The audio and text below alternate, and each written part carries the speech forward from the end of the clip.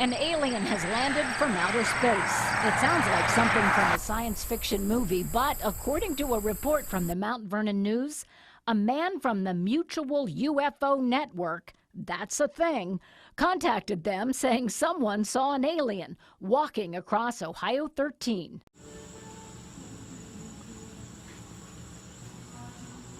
Fucking that's... Is that a comet? This way. What about this way? Look at all of them. I know, right? Holy cow.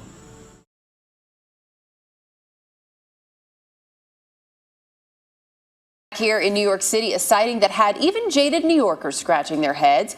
A mysterious silver shiny object, or objects it seems, floating in the sky yesterday. You can see all the people stopped on the street there in their tracks looking at it. Some folks say they saw lights. Others were maybe waiting for little green men to arrive. I don't know. What, a UFO? You don't want to say I'm it. looking for the mothership.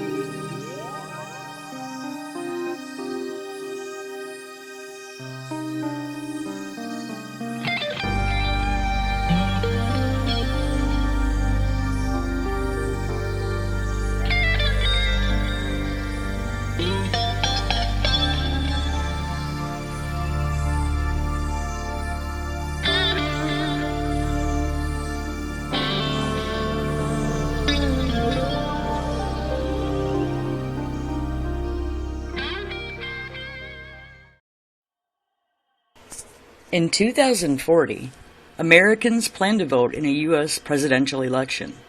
Japan promises to stop using nuclear power. Britain's Prince George will turn the ripe age of 27.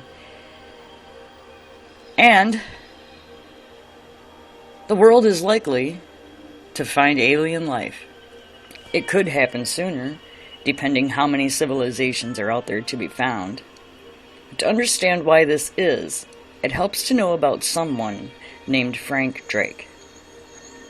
Drake is the least lonely man on Earth, if not in the entire galaxy. Most of us are reserving judgment on whether there's intelligent life on other planets. We haven't even found bacteria yet, much less a race of aliens with internet service and takeout food.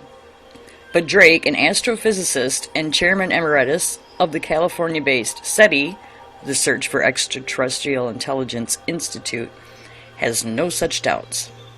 It was in 1961, when he was working at the National Radio Astronomy Observatory in Green Bay, West Virginia, that Drake developed the eponymous and now famous Drake equation, which calculates how many advanced and detectable civilizations there should be in the Milky Way in any one year.